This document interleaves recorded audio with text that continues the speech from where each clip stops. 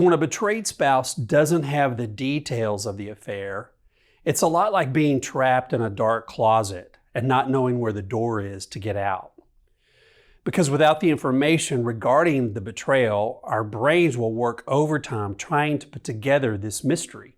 If the unfaithful spouse withholds details regarding the affair or sexual addiction, it will take a long time to heal. And you know it already takes a long time, but without the details, it just adds to that.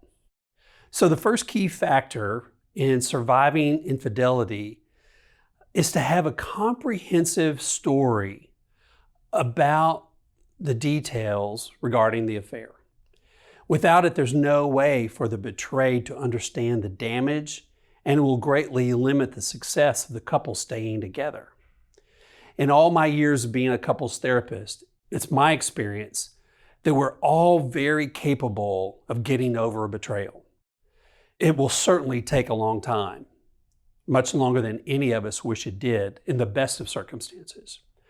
But the continued lying or withholding of information doesn't leave anyone feeling safe, and it destroys the opportunity for restoration and reconciliation.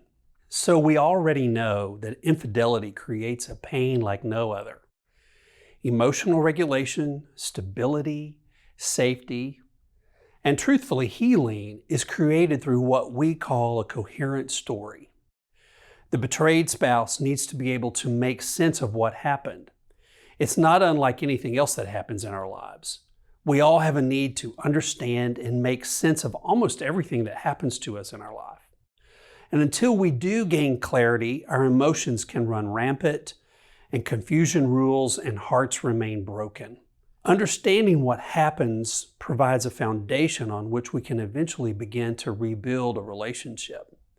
And I want you to remember that the step in the process, this therapeutic disclosure or this coherent story, takes a significant amount of time and attention to detail. You cannot rush it. And regardless of the type of affair, whether it was a one-night stand or a long-term committed relationship or an emotional affair or even addiction to pornography, the story of what has happened needs to make sense to both people within the couple.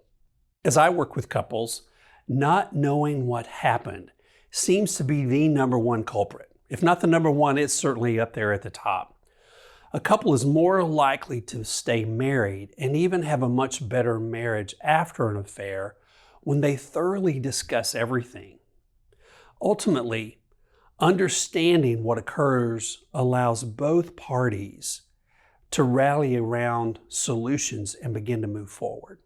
Not only does the hurt spouse have a need to know what happened, the need is just as great for the unfaithful spouse to write it out and put it all in one cohesive document where you begin to make sense of it as well. There is a strong tendency to be self-deceived when facing a side of ourselves that we'd rather keep secret or in the dark. It's the courageous that can begin to do that work, I believe. Because it's when we feel shame, we betray ourselves as well as others. And you've heard me say it many times over the last several months, is that we really do betray ourselves first when we go down that road. Exposing what has happened has a unique way of providing clarity and growth, not only for my spouse, but also for those of us that have been unfaithful. I know after my infidelity, at least initially, I wasn't even able to think clearly. And consequently, I made a lot of mistakes in the early days of our restoration of our marriage. And it wasn't my spouse discovering what happened. I also began to understand things I hadn't seen in my own life and in my own behavior and the things that set me up for that. But I had to walk through that whole process of creating this clear, coherent story.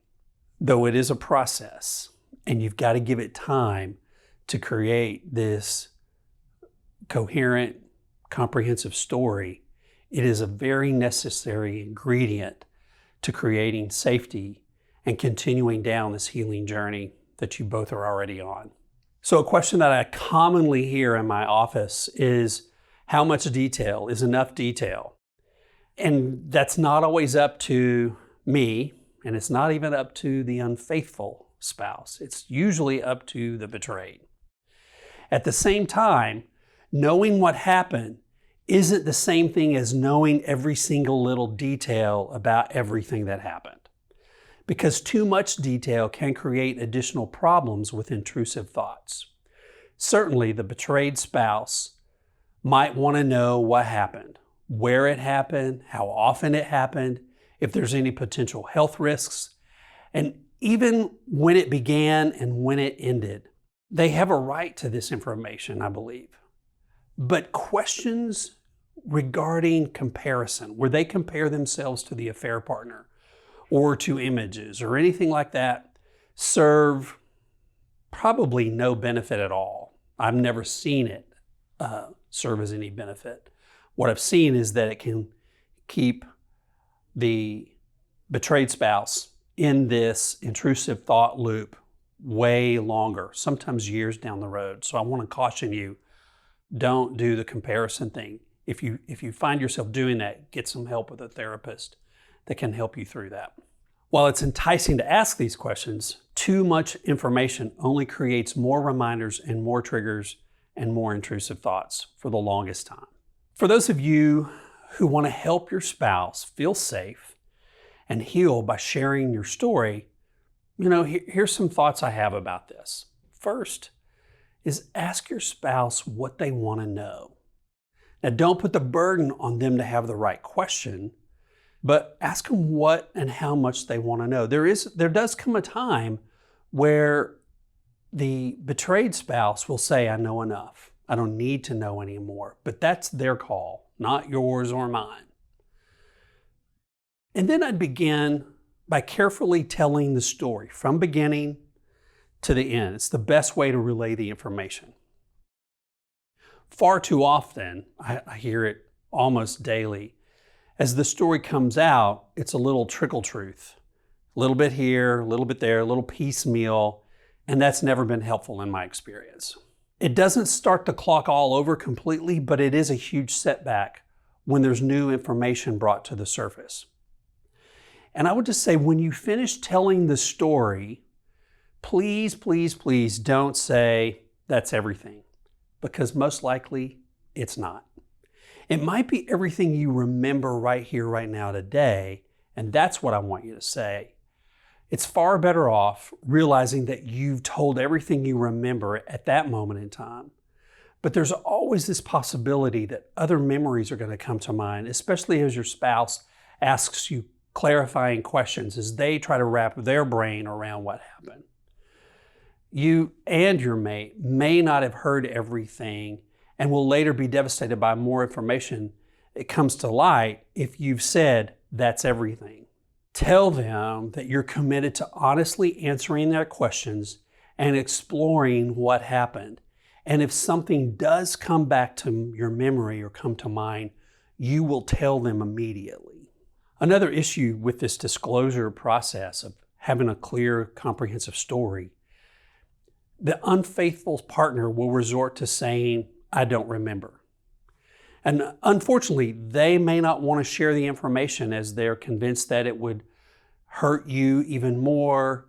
And if that were to happen, if you knew this information, you'd be done and you'd be gone.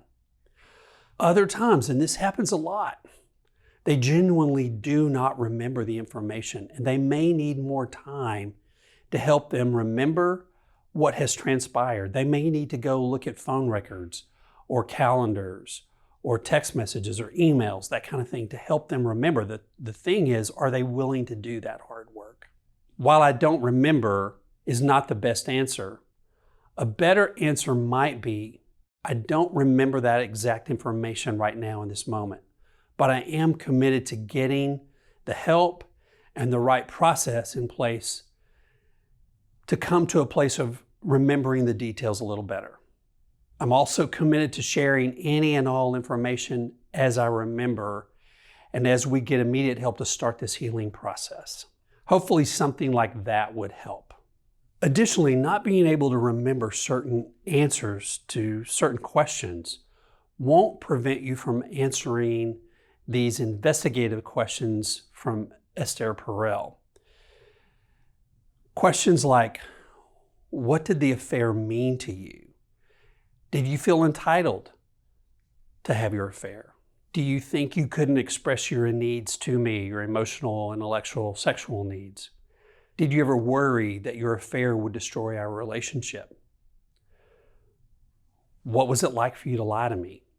Those type of questions really can be helpful after the discovery questions. Then there's this investigative questions about meaning. What did this affair mean to you? That'll be really important along the way as you're building this clear, coherent narrative around the affair and what it meant to both of you. It's really important as you guys walk through this to have safety built into the recovery process, where you go slow and you be curious and you practice listening more than you do speaking. For the offended party to feel safe, there must be signs of genuine empathy. And I'm going to talk about that in detail next week.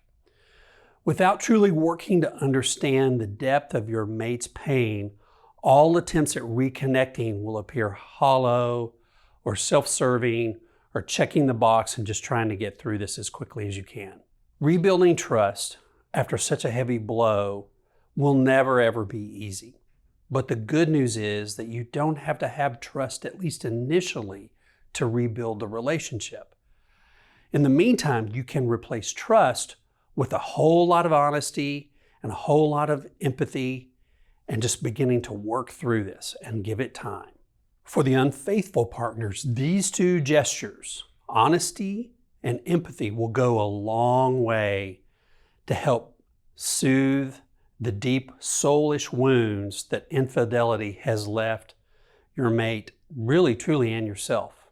If you're not sure where to start or how to develop empathy, please consider joining a group called Hope for Healing. It's one of the courses on affair recovery, and it's specifically for unfaithful partners. You'll be in a safe environment. It'll be very encouraging.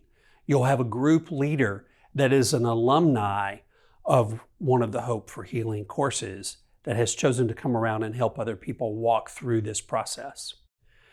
I think you'll find it to be a really good, nurturing, encouraging, supportive environment. So please consider that.